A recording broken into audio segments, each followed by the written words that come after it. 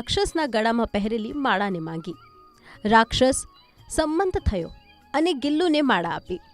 ગિલ્લુ માળા લઈને ત્યાંથી નીકળી ગયો. રસ્તામાં તેને રાજા પાસેથી બદલો લેવાનો વિચાર આવ્યો. ગિલ્લુ સીધો રાજાના મહેલમાં ગયો.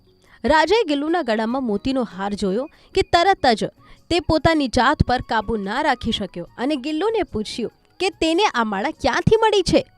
પરંતુ ગિલ્લુએ આનો કોઈક જવાબ ના આપ્યો અને કહેવા લાગ્યો કે તે મારા આખા કુળને બરબાદ કરી નાખ્યું છે. રાજાએ પણ શોક વ્યક્ત કર્યો અને કહ્યું કે મારે આ બિલકુલ જોઈતું ન હતું, પણ શું કરી શકાય? ઘોડા વગર વહીવટી કામ ચલાવવું મુશ્કેલી હતું. રાજાએ ફરીથી ગિલ્લુને માળા વિશે પૂછ્યું.